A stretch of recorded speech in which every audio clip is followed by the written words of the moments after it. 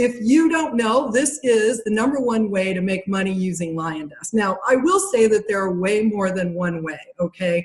From my own experience, I've been using LionDesk for 3 years, and I've got a ton of ideas and ways that I've been making money using it. And so I just wanted to share with you, I think, the #1 way that I have figured out to make money using LionDesk. Now, for those of you who don't know me, some of you have seen me in the forum. I like to share. I love to give away free information. And so when I've got something I want to share it with the whole world. So I am a real estate broker here in the Phoenix area. I am not the broker of my company. However, I do love to share and train. I've trained agents all over the country, and I just love sharing what my experience has been doing the internet business a lot of, but also just learning to close more deals. I mean, how hard is that for us when we're out running all over the place trying to do a zillion things? So that's what I'm going to share with you today in the next 30 minutes. So let's just go ahead and get started. I'm going to just drag myself from right to left here. I like to engage, so you are going to see me on the screen so that if you kind of get that I'm really, really passionate about what I'm doing. And I love putting this up on the screen. If any of you have ever seen any of my free training before, I talk about this a lot. If you've been in the real estate game for as long as I have and have worked with lots and lots of people, you might find this to be your life. And even if you haven't, you are going to find this to be your life. And you're going to go from one day, everything's wonderful, everyone wants to work with you, to tomorrow you're going to go, what did I say? What did I do wrong? Why can't I get the people to keep working with me? What happened to those people I was talking to yesterday I went and saw a home with? Or I went to a listing appointment and they've dropped off the face of the earth. You know, this is a really hard job to stay in front of people and to make sure that they know we didn't forget about them. But we also, as agents, we take what we're doing very seriously, and we take it personal if we don't hear back from the people that we're working so hard to be with. So the goal of everything we do is always going to be to stay in front of them. The more we can automate it but look personalized, the better off we're going to be, really. I mean, we really want to be able to never let them forget that we are agents and that we are here to help them. So this is what our goal is always when we're working in any kind of CRM tool to help us automate, especially having the tools that we have at our fingertips to be able to stay in front of our consumers is so important, because we never want to lose an opportunity, right? So this is something that you should know you're not alone. So that's why I put it up here. And we did not go to real estate school to learn to be marketers, right? We learned to fill out contracts, and we learned to, do all of the legal things we're supposed to be doing. Yet, unfortunately, that's not 75% of what we do is engagement, right? And getting people to talk to us. So you're just not alone, and I just want to share that with you. So just keep steering the course, and you'll be amazed how easy this will be after a while. So I do want to just ask you a couple things. Is this for you? Is this you, basically? And I'm going to guess it might be, and I know this was me when I was opening 8,000 to 10,000 doors, and I had picked up the phone 9 times during dinner when my kids were teenagers. And when they call you out for that, you're obsessed, right? But are you finding you're frustrated with the things that you're doing? To at least every day, you got to get up, you got to keep moving. Are you tech challenged? And if you are, you're not alone. The average realtor out here is in their mid-50s, female. Oh, guess who that is? Yeah, I got fortunate and learned at the time on the internet, so I was fortunate in that regard. But I know most of us didn't learn this way. So if you're tech challenged, that's probably not surprising. Are you confused? Are you finding you're in tools and all of this stuff, the social media, the CRM tools, to setting up drip campaigns? You don't even know where to start? Yeah, well, you're not alone there either. And then I've heard so much from all the training I've done is that we just don't have the time to get ourselves set up, right? So the goal is to make sure that you are set up. But setting aside that time to do it, is that you? It could be. And then, of course, no matter who we are, we always need to close more deals, unless we're just, independently wealthy. If we are, I hope you're not doing real estate because you ought to be out laying on the beach. I know for one thing, that's what I'm doing, trying to get to the point where I can lay on the beach. So if any of these things on the screen here describe you. You're not alone on this either. So just keep steering the course and follow along what I'm going to tell you, because I'm going to try to help you out here. My promise today is to make sure that you learn steps that you can start taking today to start making more money. Now, most of you are here, you've got a LionDesk account, so that's what we're going to focus on, and how can we use our tool in LionDesk to really get better engagement. Okay, so that's the goal today. All right, so I'm gonna just check my phone really quick and make sure that I'm not getting anybody telling me they can't hear me. Okay, just making sure. Give me 1 second. I want to make sure everybody's on, because I'm kind of here by myself right now, and I want to just make sure I'm not losing anybody. Okay, I think we're on live. Pretty sure. Yeah. Okay. So, whoops, turn that down. Okay, so the next thing, all right, we're going to go on and start learning the #1 way that I think that you can make money using LionDesk, and that is going to be tapping in to your database that you currently have. Now, some of you might start freaking out going, wait a minute, I don't have a database. I don't have a database. Okay, I don't know, hold on a minute. Facebook is deciding to wake up here and tell me that a lot of people are communicating with me. Sorry about that. So some of you might be really worried, hey, I don't have a database, right? I don't know where I'm gonna go. Well, I'm gonna just tell you now, whether you're new to this or you've been doing this a long time, it's going to be really important that you take the information that I'm going to share with you about engagement. So whether you're re-engaging or you're starting to engage, it's going to be really important information. So the first thing is your database is only as good as you can mine it for the hot and warm business. Now, by show of hands or by comments down below, if you could tell me, other than sending out drip campaigns, or maybe you're not even doing that, what are you doing with your database? Okay, is it just a place where you're just storing information? Are you able to get to it and run a search and identify? If you have 1 hour today to do some prospecting, can you get in there and identify who you want to work with? I'm just curious, because I know most of us will set up our databases and have them there strictly just for turning on drip campaigns.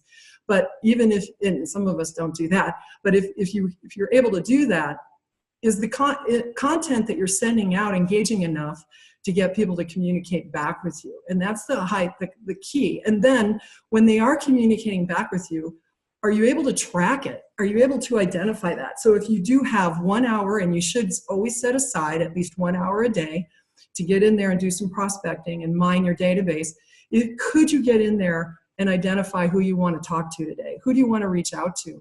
I mean, do you want to spend your time spinning your wheels talking to people that have no interest in anything you're doing? I mean, I certainly wouldn't. But I know one thing is that I want to get some stuff out so that I can start seeing some engagement. And by identifying that engagement, that's the people I'm going to go talk to today, or I'm going to reach out to, or pick up the phone and make a call, right? So the #1 thing that we're going to talk about today to make money is to re-engage your database. Now, a lot of us have leads in there. Prospects, old ones, dried up ones, stale ones that haven't done anything, that haven't responded, or maybe you put them in your database and you haven't touched them, you haven't done anything. Many of us are in that boat, okay? So let's go on to the steps and let's see what we can do. So step 1, the first thing is we need to identify the who and the what, okay? So without knowing who's in our database, this is going to be a really tough challenge for everybody. Okay, so we're going to, #1, we're going to clean up our database. We need to clean it up to identify the 2 most important things within each of our contacts. And believe it or not, we have the ability to do this. It's not that hard. Now, yeah, it's going to take time if you've got a massive database. And I know one thing, I've talked to and trained agents all over the country where there have been times where it might require you to export everybody out, clean them up and bring them back in, because it's easier, right? But if you have any kind of tags or sources or anything like that in your system to be able to identify this, it's going to be a lot easier for you, okay? So the 2 most important things, first is the who, the contact type, okay? So I get a lot of questions in the settings. What do you do in the contact types? I'm going to suggest that you mark them as either a buyer, seller, investor, sphere, agent, or if you're doing vendors, you could put that in here. I'm going to elaborate a little bit more here in a second. So the first thing we need to know, are they buyers, sellers, investor, sphere, or an agent? So if you're a broker or something, you're doing marketing to agents, or you want to market to agents your listings, and you do want to identify that in your system. The next thing is the what, the status.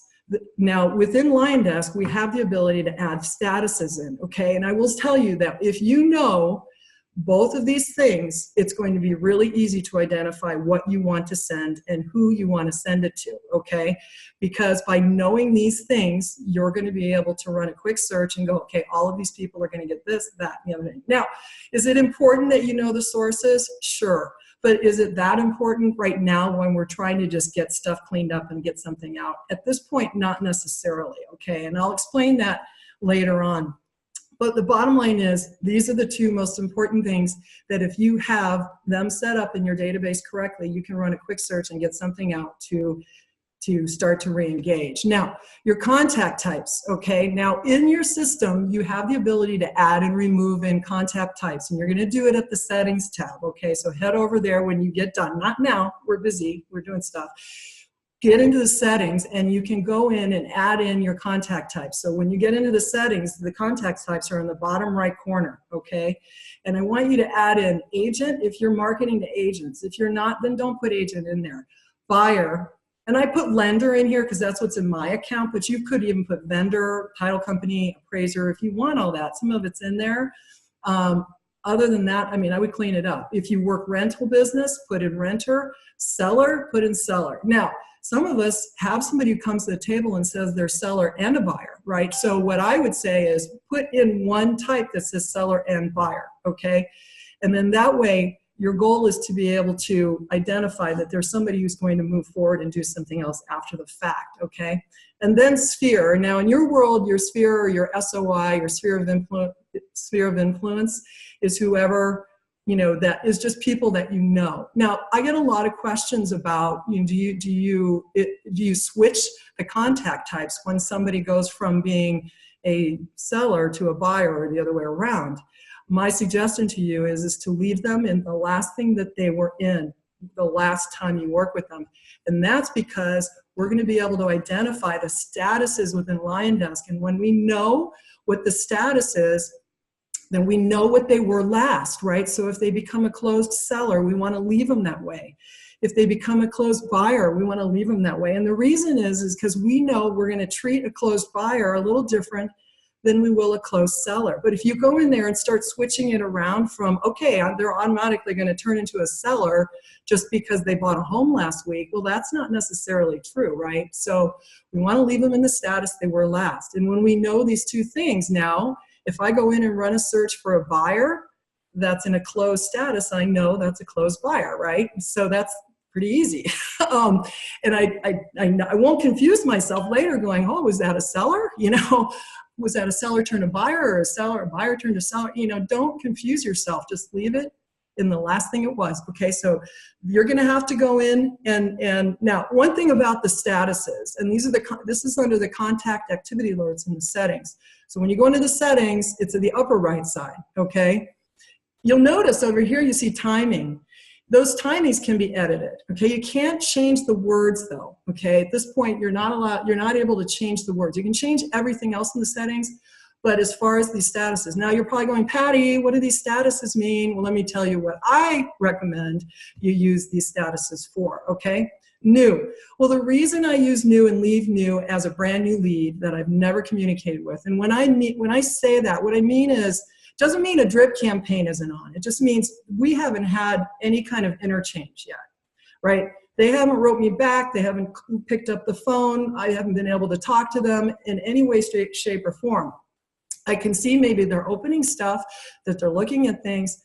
They're still a new lead as far as I'm concerned. And one of the reasons I leave it new is because if you're doing inbound leads coming in from like Zillow, it's going to default to new anyway. So you might as well just leave it new until you start to do some communicating with them, okay? Now, when you start to communicate, you're going to be prospecting, okay? So you're going to be exchanging communication at this point, but you haven't yet come to the determination that you're going to be working with them yet, okay? So this is strictly prospecting. Again, there's 10 ways to skin a cat in any system. I'm telling you how it worked for me.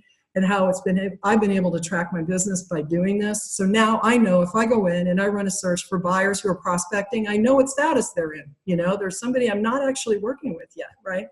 Now, active are the people that you're actually working with today, and that you're showing homes, or you're getting ready to, or you're actively listing their property, or you're getting ready to. So the last thing you want to do is have an engagement campaign going on. You want to turn everything off except maybe listings and market updates that are coming from your MLS, okay, or from your website if you're able to do it. But you want to turn everything else off, because you don't want the risk of all of a sudden an email going out tomorrow stating, oh, how's your home search coming? Or, have you sold your home yet? Because that could happen if you have an engagement campaign on that has that stuff in it, right? So we don't want that, because it's gonna make you look a little screwy. Okay, so we don't want that. So turn everything off and make them active as soon as you start to work with them. Now, future. I'm not a big fan, to be quite honest with you, of ever putting anything in here time-based, because that means that you're gonna have to stay on top of that, okay? So I see a lot of people will put a tag in there that says 1 to 3 months or 3 to 6 months. Well, that's great, but in 4 months, and you have a tag on there that says 1 to 3 months or a hotness level, that really doesn't mean anything if you're 6 months out from when you put that to that. Does that make sense? So if you use future, I would only really use it if somebody told me they were more than 2 years out. Otherwise, to me, I'm prospecting them, right? I'm trying to work with them. I'm trying to get them to do something with me. But if they're 2 years out, then I do want to make sure I go into my LionDesk and set up a reminder so that I'm checking in with them maybe every 6 months, and just make sure, hey, you told me you were 2 years out, or are you still out? And then as time goes by, you're doing that. Okay, so make sure that if you use future or anything time-based, that you give yourself a reminder to go check on it, and then change those statuses as time goes by if you have to. Now, closed, obviously, is a closed buyer. The inactive thing, I don't use as inactive. I use it strictly for closed. Okay, so if they're a closed buyer or seller or tenant or whatever, you can put that in there as closed, okay? And then there's a status of non-client. For me, that's an agent who comes out of the woodwork, or maybe it's just a vendor. Somebody might even say they've listed their home with another agent, and if that's the case, I'm going to put non-client, but I'm definitely going to make a tag for that. And we know we can't solicit home listings, right? Can we solicit buyers that tell you they're working with another agent? My feeling on that is I'm not a big fan of stepping on the toes of other hardworking agents, okay? And I will tell the consumer that, right? But if they haven't signed anything, I might just say to them, and I'll ask them, do you sign anything? And by the way, when you're asking somebody, are you working with somebody else? Do you know that the consumers don't really know what that means necessarily? It's kind of a jargon that us agents know. So instead of asking that, I might be saying, have you been out looking at homes with anybody else? Okay, because that way when you say it that way, you're going to get a really good handle on what they've been doing. And hopefully they'll say, oh yeah, but blah, blah, blah, blah, blah. Okay, is there a reason you're not working with that agent? And get to the bottom of it, okay? Because especially if you're doing online business, you're gonna get a lot of people that are looky-looing all over the place and maybe not that committed to the other agent. But no, I'm not a fan of stepping on the toes of other hard-working agents, so you have to explain how it is you work, okay? And that you just explain to them how you get paid. I think that's what you have to do. Anyway, so those are the statuses I recommend, and if you can stick with this in combination with your type is going to help you identify the person in the system. All right, so the next thing is that we want to turn on a re-engagement campaign. So we're talking about the way to make money fast. So I want you to turn on a re-engagement campaign. Now, many of you have campaigns in your system already. You've copied them out of the LionDesk Marketplace. You might have seen some that I've had. Some of you might have some that I have.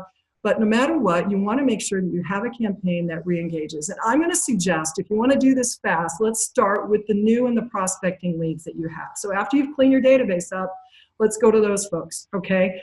It also makes sense to turn on a sphere campaign or start to and touch base again with your closed clients and ask for referrals. I'm not going to get into that so much right now because I'm really focused on this database that's gone stale, okay?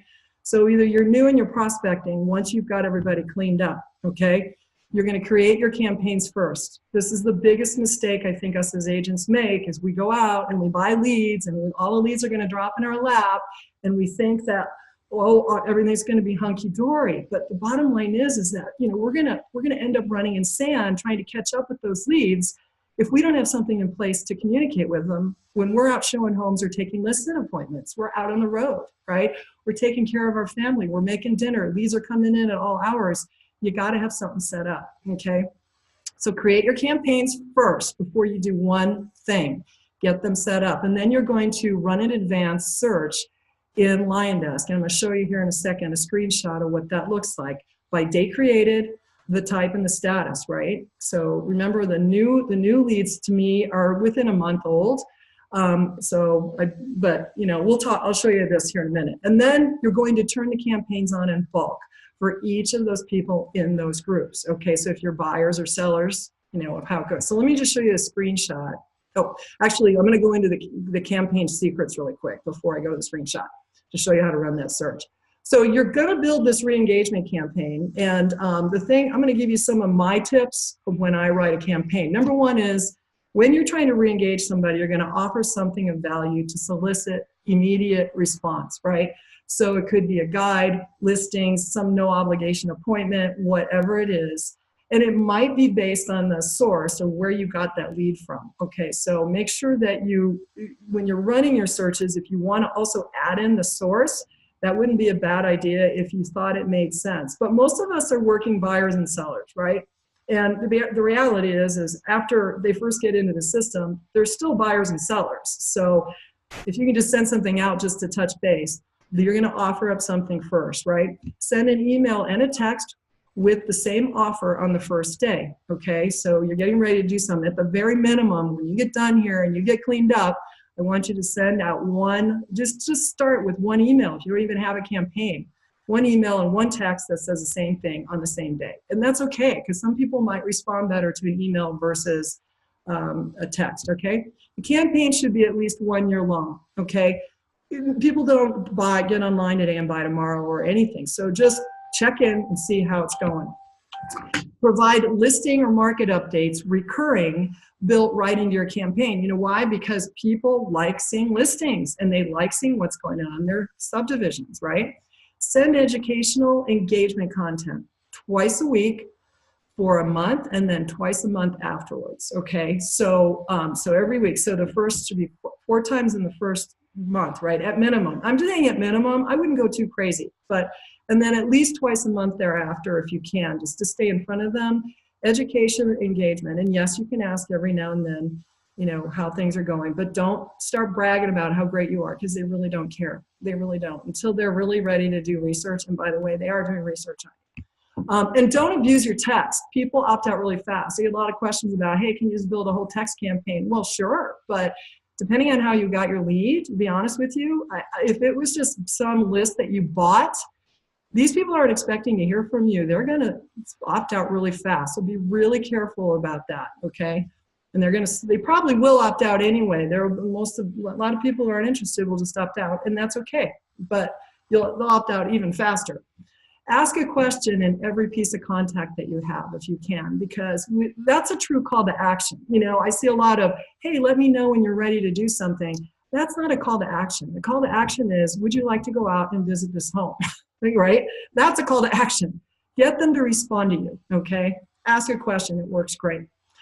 So I have a sample here really quick that I want to show you of a video that I did for the texting. Hold on, let me come over here.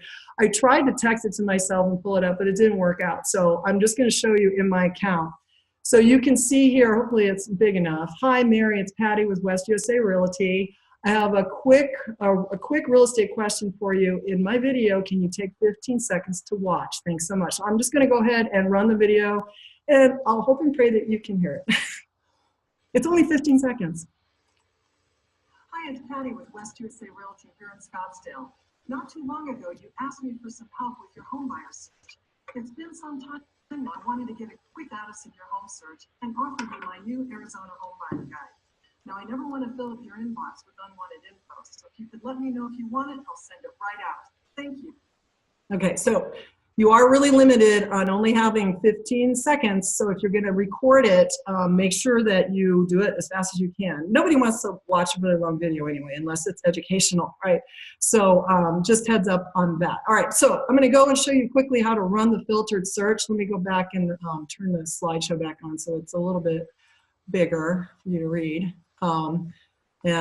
So now I've gone into my settings and I've done a search at the contact date. So I'm going to put in their create date. If I'm going to do a re-engagement and I want to check in with old leads, I'm going to go back 2 years. So I just went ahead and went back to November 1st, and you could set that up on your filtered searches. Now this is on the contact tab, by the way. You know what? I put settings. It's not settings. I apologize. It's the contact tab. When you're in the contact tab, you're going to see the filter contacts. So ignore the settings arrow there. Sorry about that. And then you're going to go to contact create date. And then over here, because you've cleaned up your database, you're going to be able to run a search for your new and your prospecting people. And you're going to choose, in this case, I'm going to send out a re-engagement to my buyers. So just by simply doing this, I pulled up all my old buyers that need some re-engagement. Is it making sense? And you could do it for sellers. And same thing for your sphere people, your close people, whatever you want to do. But right now I'm asking you to get started with just your old stale buyer and sellers that haven't done anything with you, okay? Now, once you get your results pulled up, and you can see I have a little screenshot of some results, I'm on my results page, and I'm going to go ahead to the bulk action drop down and just click on add drip campaign, and then I'm going to add my re-engagement campaign, right? If I had hours and hours right now, I would show you how to build a campaign, but that's for a different day, right? But you're going to have your campaign ready, and you're going to add it. You're going to turn it on, right? Now, remember, I said add an email and a text. If you've got a good number of people in here, I'm going to tell you now, you're going to start getting some responses. So be ready. Don't send out like 1,000 of them and then freak out because you've got a really good portion of people writing you back, okay? Because that will probably happen. So don't freak out.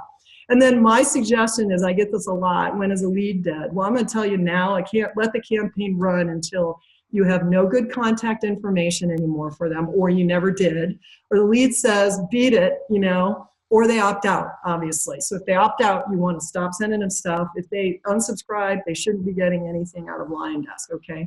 Or you begin to go and list homes, right? Now, you also might decide to leave the campaign on or off based on a conversation, even though somebody's ready or not ready. You might choose to switch from one campaign to another based on that conversation too, right? So again, it's, you don't ever want to like dump everybody out of here. If you can put them on a sphere campaign, I would do that, right? Say they already sold or they already bought. Well, they're kind of free game. Put them on a sphere campaign, in my opinion. That way, when the time's ready, they'll be ready. Unless they've told you to not do it, that's a different story, okay? So just make sure that you got that set up, okay? All right, step 3. Now we're wrapping it up because I'm running out of time. Get the appointment and close the deal as fast, as speedy as you can. And we're going to do this through responding, okay? So check LionDesk daily updates of who is opening your mail and clicking on your links, okay? Because that's going to be really, really key. What do we know about people who open our mail and click our links? They're probably hotter than the people that aren't, right? So if they're doing that on a daily basis and you're not looking at your updates, you know, then you're wasting a great opportunity to find the hot business. Pick up the phone and get an appointment. Isn't that amazing? People actually, if they give you their phone number, they're expecting to hear from you. So don't be afraid to call, okay? Send listings and market updates. So after you've talked to them, you're going to want to send them what they asked for, okay? So make sure that you do that. Don't promise something and then not do it. That'll turn them off real fast. Keep the campaign running if it's applicable to the conversation that you had, okay? If you're communicating now and they're showing interest, just keep it running if you think it makes sense. Now, there's been times where I've gone in and actually turned off certain emails too that I know I want to leave on, but maybe I don't want to keep asking them how things are going. I can take those out, right? And then keep your status updated in LionDesk. So you're just going to go in and change the statuses to those things I showed you earlier. And then note your history of conversation. That's basically at the contact activity timeline. Okay, when you do that, you're going to be able to track everything. And if you're like me, I had tens of thousands of leads. You guys probably don't want to hear this, but I was mainly a buyer's agent during my earlier part of my career, and I opened about 8,000 to 10,000 doors, you guys, in Phoenix and behind the market. I couldn't track everything. If I didn't do that, I would have been lost. But you should do it anyway. It's good for you, Okay, it's good for you to keep track, because that way you can reference the last conversation you had. And then hotness levels and tags and all of that, if you're able to add those, I would. That gives you one more layer of ability to search within LionDesk, okay? And I get a lot of questions about the best use of tags. I'll have to do that in another training for you, but there are different ways, and I usually will try to track the activity of the consumer in the tag. So if I know they're looking at certain areas. And also, I use the tag to help me tell myself what I did with the lead, because that way at a quick search, I can see, you know, if I pull a big list, I'll be able to tell that I made a call to the person, or I left a message, or I turned on the MLS listings, those kind of things. That's what I would use the tags for. All right, I'm gonna give you one last bonus tip, and then we're gonna wrap this up and go to questions. When you're sending out emails, your from and your subject lines are gonna be really, really important, okay? So one of the biggest problems with us not getting good open rates, and I've seen a lot of things going on in LionDesk about, oh, nobody's opening my mail. Well, part of it could be your subject lines. And if they don't realize that you're a realtor, then I'm gonna suggest you go into your profile and change your name, okay? And so I've done it, and so anytime you get a mail from me, my from line in my profile actually identifies me as an agent one way or another. So I've given you some examples. This you're gonna set up in your from, and you're gonna go in your Gmail account and do the same thing, okay? Or your work account, okay? And then your subject line, I always wanna talk about homes. Don't just send something out saying, let's have a coffee. You guys, it's killing me. Don't do it, please. Just talk about houses, because that's what they care about, whether it's for sale or to list, their market, their subdivision, whatever.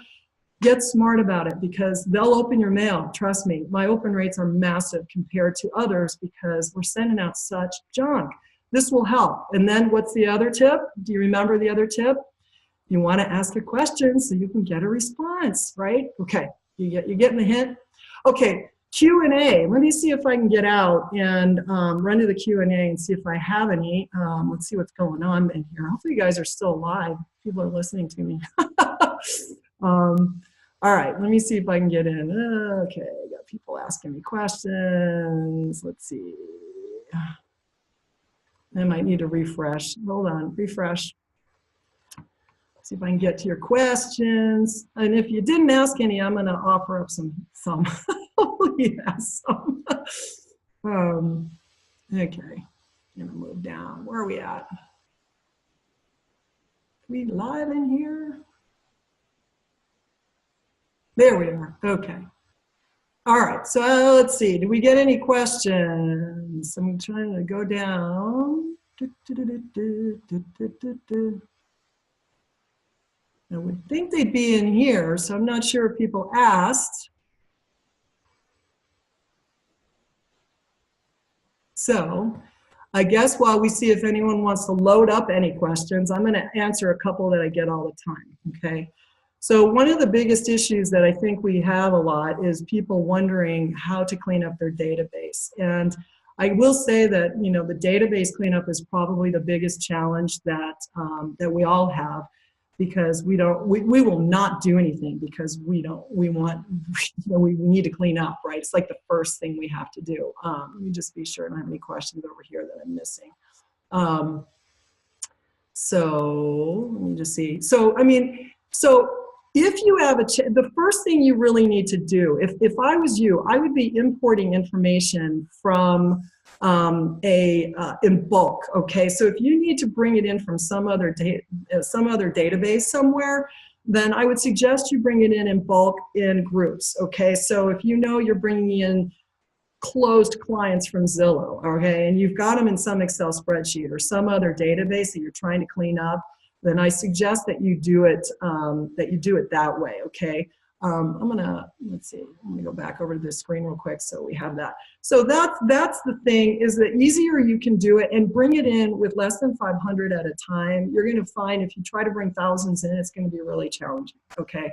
So bring in smaller groups and make them similar, it'll be way easier. And your table that you're building should have the two major things that we discussed earlier. Make sure you have a status, and those statuses have to match up identical to what LionDesk has, and make sure that you have a type, okay? When you have at least those two, and if you're pulling out of the source that you know, then just make sure you've got a column for the source.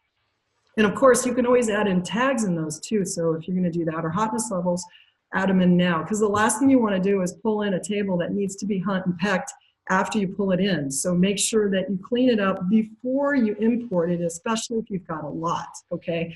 Or build the table up ahead of time, okay? So that's another thing. I get a lot of questions about, okay, I'm at an open house, right? And now I need to get all those people in, and I've got these tables or this list of these people I got to put in. My suggestion on that is that you get an Excel spreadsheet that's blank, that has all the columns in you want. And if you don't have a way to automate people signing in, like, which would be my suggestion to you, and of course I can, I know a lot about how to do that, but if you don't do it that way and people are just filling out something, then my suggestion is that you take your table and you just fill it out and then do an import in LionDesk with it. So it's way quicker than the onesie twosie. Another thing about cleaning up your LionDesk database is that, especially if you've built your drip campaigns to pull in the fields for the first name, please be sure that you have clean first names, because especially if you're doing like buying leads or getting leads in from online, people sign up with really weird stuff. So if I wasn't on live with a whole bunch of you right now, I'd give you some examples. But you know what I'm talking about. Dear Mickey Mouse, okay, only gets way more derogative than that. So you want to make sure that you clean that up, especially if it's pulling in their first name. And cleaning up also means first name initial being correct, because if you're trying to make it look like that you're really serious about this is like not a canned email, they're going to know right away if it goes out saying hi Mary in all caps or hi Mary with lowercase m, right? Because that's not professional, and you want to make sure that's part of your cleanup, okay? And then as far as your re-engagement campaigns, you're going to have, sure, I get a lot of questions, how do you build them? Yeah, I could, again, a whole class in itself, but you got to be sure that you get your templates built first and go through and get all of the information that you want to get in, and then you build the campaign. And I do like to pull in first name and also put the first name in the subject line, as you saw on this particular screen. This subject line can be pulled in using your fields, okay? So try to do that. I think pulling their first name in is an eye catcher, and the more that you can do something like that, I could talk to you all day about subject lines, but the more you do that, the more people are going to be more apt to see it and stop. And then my last tip is, when's the best time to send an email? So I get that a lot. I used to get up in the middle of the night and send emails like in the middle of the night, because it was the only time I could get stuff done when I was a single mom running around like crazy showing home, right? But I don't think sending email in the middle of the night or really, really early in the morning is a really good idea. And statistics show that people will do what when they first get up in the morning? They're going to delete their emails, right? So you don't want your stuff stuck in an email bin getting chucked, right? So what I would suggest is wait until like 10 or 11 o'clock to schedule your emails. And then the same thing's going to happen after lunch. So you really don't want to like send mail right at 12 o'clock or 1, because people are going to go to lunch and they're going to come back and check their email during work, because of course that's what they do. And then you're going to get your stuff thrown in the trash again if you're and then the same thing, like to dump everything and clean up, that's your stuff. Now, wouldn't you rather have your stuff trickle in, slow but sure? That's what so if the email's coming in after all the deletings happen, they're probably going to be more apt to see your email and get it read. So ideally, that's my little tips for that.